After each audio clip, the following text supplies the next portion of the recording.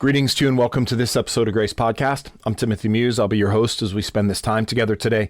It's a joy to be with you. I want to thank you for tuning in. I want to thank you for making this podcast a part of your journey. And I want to thank you for being on the journey, for being part of this movement, for being part of this walk, for having the courage to look inside of you and find those places that need some extra energy, some extra attention. Good for you for being here. Good for you for investing in you.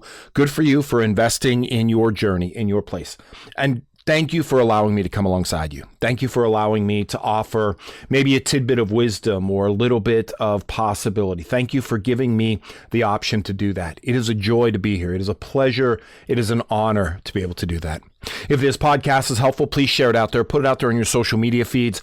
I post on LinkedIn, X, Instagram, and Facebook. If you follow me or the podcasting on any one of those feeds or the life coaching, you're going to see these episodes. Follow us, share it out there, put it out there for others to see. And if you're on one of the listening platforms, Spotify, iHeartRadio, or Amazon Music, then follow us, give us a rating and review. Every positive rating and review tells the platform people are listening, and you'll get notifications when a new episode comes out. And if you want to reach out to me directly, gracelifecoaching.com is the website. That's where you can get a hold of me, gracelifecoaching.com. It's got all my contact information. I'd love to hear from you. If I can do some coaching, if I can do some, some Reiki or some meditation, however I can come alongside you, I would love to do it. gracelifecoaching.com. So just about a little note about the schedule for the week. I'm going to be doing a little traveling here at the end of the week. So there's going to be 2 episodes this week. This one will drop on Wednesday, and there'll be one that'll drop on Saturday. Just 2 episodes this week, and then I'll be back to the regular Tuesday, Thursday, Saturday process that I've been trying to hold on to in the past. So I just want to let you as listeners be aware of that as I take a little bit of late summer vacationing, late summer time with family. So this episode will drop on Wednesday, and then there'll be an episode that'll drop on Saturday. And then I'll be back to the regular schedule starting next week. So today I want to talk about thinking and doing, finding balance between reflection and action. Have you ever noticed how some people just jump into everything without stopping to think? And then there are others who analyze every possibility but never actually begin. One group lives by the phrase ready, fire, aim. The other lives by ready, aim, aim, aim, aim, aim. Both are exhausting. Both leave us frustrated. The healthiest lives are lived somewhere in the middle. So today we're going to explore why our brains naturally lean toward one side or the other, what each extreme costs us, and some practical ways to create a healthier rhythm between thoughtful reflection and meaningful action. Because growth doesn't come from thinking alone, and it doesn't come from action alone. It comes from thoughtful action. Think about someone who acts before they think. They say things they later regret. They make purchases they don't need. They accept commitments before checking their schedule. They react emotionally. Later comes the apology. Later comes the explanation. Later comes the cleanup. Action without thought creates unnecessary chaos. But there's another extreme. Some people think constantly. They research, they compare, they worry, they prepare. They imagine every possible outcome. Weeks become months, months become years, and nothing happens. This is sometimes called analysis paralysis. We've done a piece on analysis paralysis before. The opportunity passes while they continually gather information. Neither approach creates peace. One creates unnecessary mistakes. The other creates unnecessary stagnation. And it isn't because one group is smarter than the other. No.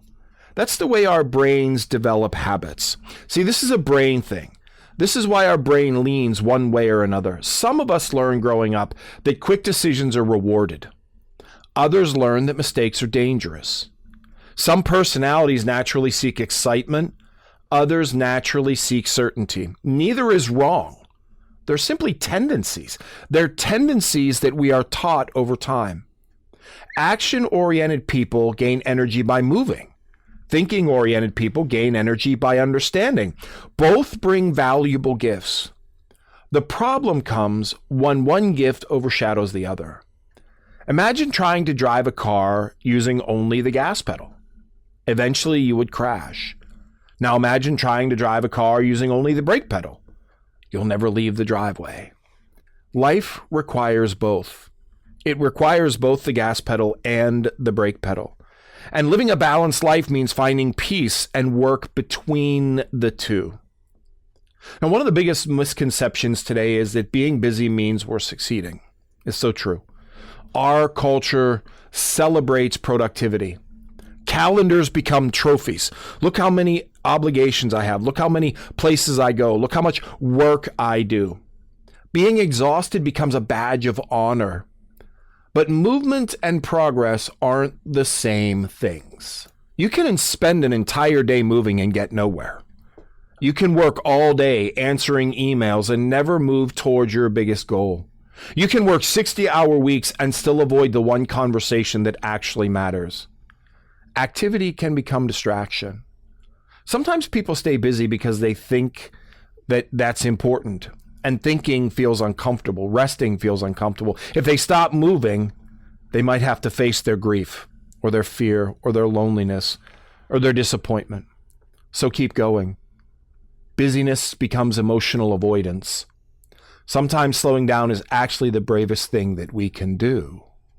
And like action, thinking can be the same way. Reflection is healthy, but overthinking isn't. Reflection seeks clarity. Overthinking seeks certainty.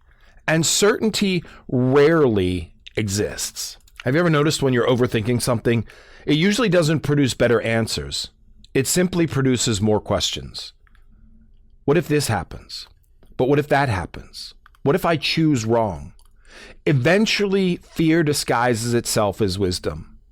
It sounds responsible, but underneath it often leaves anxiety. Sometimes we are not waiting for better information. We're waiting until we are no longer afraid. Let me tell you, my friends, that day rarely comes. Courage isn't the absence of fear. Courage is moving while fear sits quietly in the passenger seat.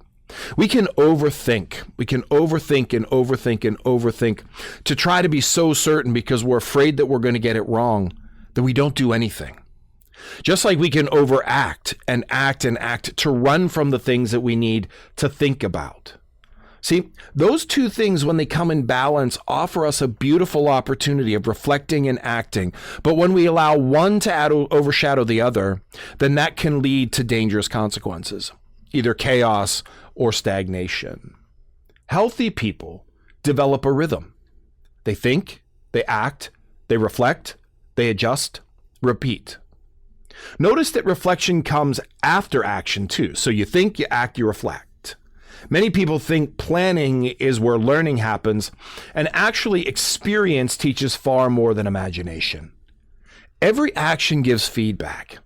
Every conversation teaches us something. Every attempt provides information. Every mistake becomes a teacher.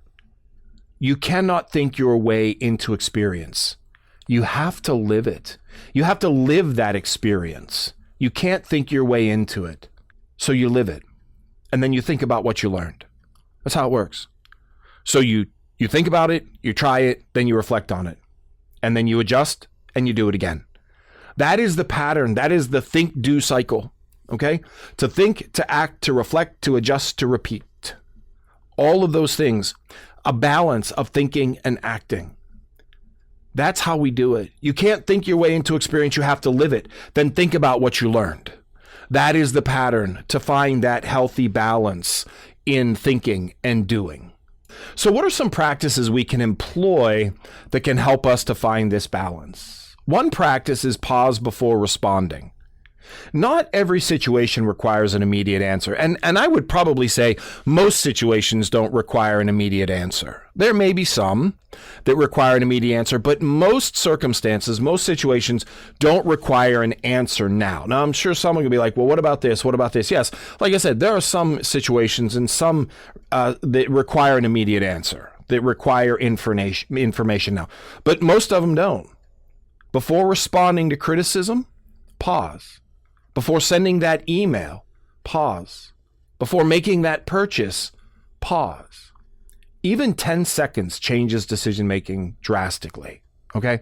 So learn to pause before responding, okay? That's the powerful thing. You can ask yourself, what outcome do I actually want? Now, that's going to take about, 6 seconds to ask. If I get an email and that email is sharp, and harsh, and I want to defend myself, and I want to be harsh back. I want to respond with the same words that I'm given. If I ask myself, what outcome do I actually want here? Do I want to start a fight? Do I want to get into this email battle? Or do I want clarity and information? Pause, breathe. I think one of the big things we see in a social media platforms, particularly with the comments and the dialogues, is people don't pause and breathe. They see something and they immediately react. Well, once we react, once we put it out there, it's really, really hard to draw it back because our pride doesn't want us to. Our pride and our ego says, no, we're going to stand on this rock no matter how much it's falling. When we pause, when we breathe, then we can get clarity.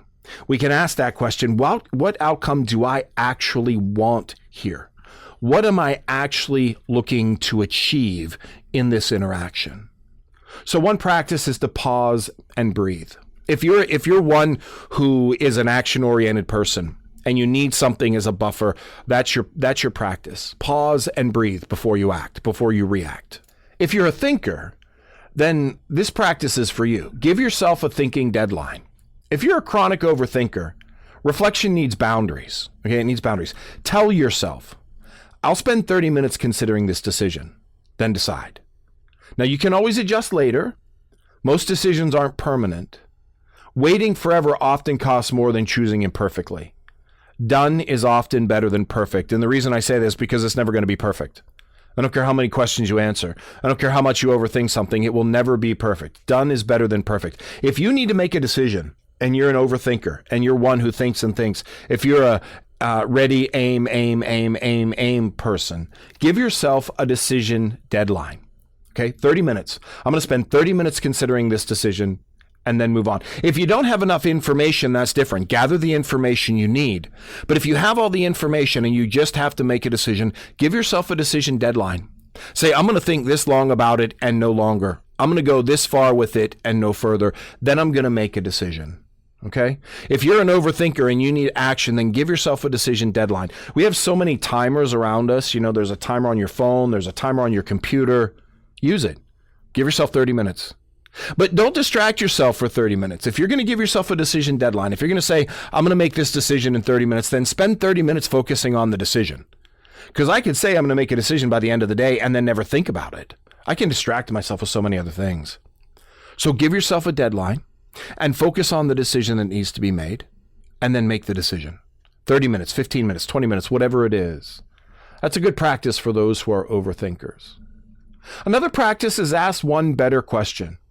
You know, instead of asking, what if everything goes wrong, which is a very common question, but really, quite frankly, never does everything go wrong. Something may go wrong, but not everything. Not everything goes wrong. Try asking, what's one small step that I can take? Small actions reduce fear. Large imagined futures increase it. So if I look out at what's going to happen, and I create this large future of all the possible things that could go wrong, I'm going to be overwhelmed and I'm going to be paralyzed and I'm going to want to think it all through. What's one small action that I can take to help me get through that? You know, like I said, I'm going away for a couple days with my family and I take a medication every day as part of my health routine.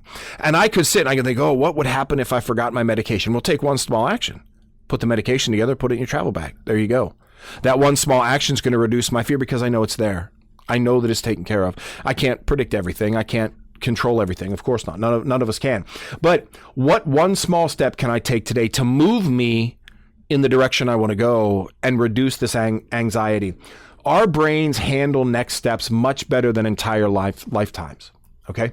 We handle much because it's very much controllable. What can I do next? What comes next? What's after this? Our brain can handle that much better than trying to handle an entire lifetime. So don't live your entire life in front of you.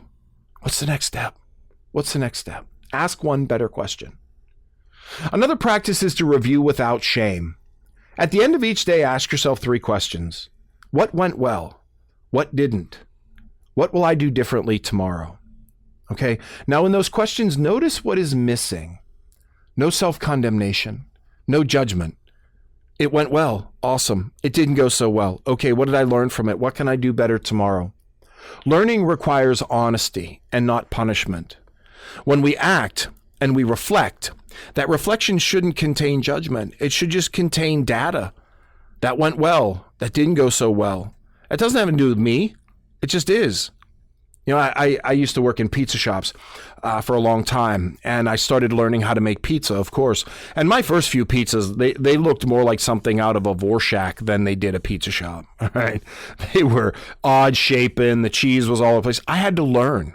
Now, I could have quit. I could have looked at myself and said, you know, you're a terrible pizza maker. Well, that wouldn't have been fair because I've only made like 4 pizzas. All right, so pull the judgment back. Don't bring the shame. All right, review without shame. This is where I succeeded. This is where I didn't.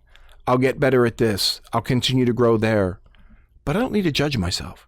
Review without shame. Again, and if you're an action-oriented person or a thinking-oriented person, a lot of that comes with shame. You know, I don't want to make a decision because I don't want people to be mad. I don't want to make a decision because I don't want people to be mad at me. I don't want to be wrong, so I don't want people to be mad with me. That's a shame statement. I'm not good enough. I'm not good enough.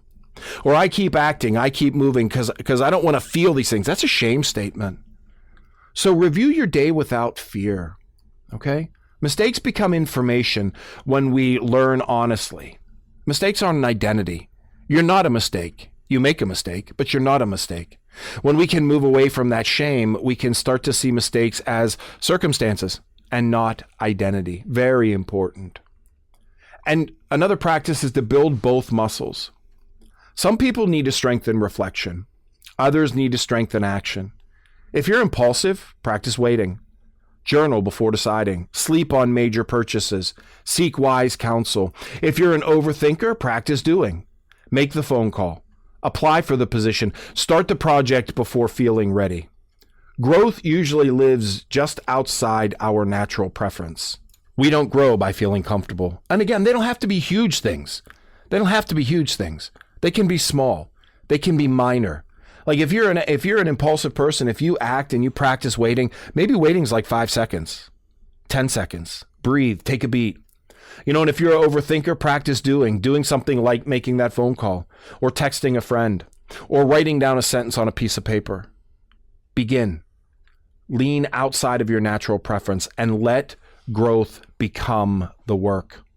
You know, because this balance is important. It really is. We can't be one or the other in sustainability. Think about nature. Nature teaches us that. The trees. During winter, it appears they're inactive, but beneath the surface, roots continue to grow quietly. Spring brings visible growth. Summer produces fruit. Autumn lets go. Each season has a purpose. Imagine if a tree tried to produce fruit every month. It couldn't survive. Imagine if it stayed dormant forever. It would never fulfill its purpose. Our lives have seasons too. Some seasons require deep reflection. Others require courageous action. Wisdom is knowing which season you're in. So what season are you in? Where are you right now? What does this season need? Does it need time for reflection? Or does and slowing down? Or does it need speeding up and some action? Finding the balance by looking at nature around us. So I have a story to share. From a hiking guide who once shared something fascinating. New hikers often stop every few steps to look at the map. Experienced hikers check the map while walking. And then they walk a while, and then they check again. They don't stare at the map every minute, but they don't throw it away either. Life works much the same way. Thinking is our map. Action is our walking. A map alone never reaches a destination. Walking without direction usually gets lost. We need both. But we need to do them together. Check the map, keep walking. Walk for a while, check the map. Act, think, act. We need both of them, all right? We need both. Because when we don't think we will never reach, when we don't think, we'll never know where we're going. When we don't act, we'll never reach our destination. So we need to find the balance of both. A balance of both thinking and acting. Balancing them together. Now, don't be discouraged, all right? Don't be discouraged. Don't be discouraged if you're someone who acts too quickly. Your willingness to move is a strength. It simply needs wisdom beside it. If you're discovering you're someone who thinks too much, don't be discouraged either. Your thought nature is a gift. It simply needs courage beside it. The goal isn't becoming someone else. The goal is becoming more whole. Less reaction, less hesitation, more intentional living. Remember this simple rhythm. Think clearly, act courageously, reflect honestly, grow continually. That's how lasting change happens. One thoughtful action at a time. So here's my challenge for you. Choose one decision you've been avoiding. Not your biggest, just one. Spend 10 minutes thinking about it. Write down the next smallest action, then do that action within 24 hours. Don't wait until you feel perfectly ready. Progress usually begins before confidence arrives. So find one thing, one small thing. Think about it for 10 minutes. Write down the next step and then do it within 24 hours. Balance that thinking and acting. One side is going to feel really good. The other side is going to feel really uncomfortable. But the more we lean into our uncomfort, the more we can make that comfortable. Then both sides feel good and we can live that balanced life. That's what I got for you today, my friends. If it's helpful, please share it out there. Put it out there. It'd be really helpful for others. Then put it out on your social media feeds. If you're on one of the listening platforms, and follow us, give us a rating. Follow us and give us a rating and review. Sorry, my brain was disconnected there for a moment. If you want to reach out to me directly, gracelifecoaching.com is the website. I truly would love to hear from you. At Grace Life Coaching, we want you to be the best you.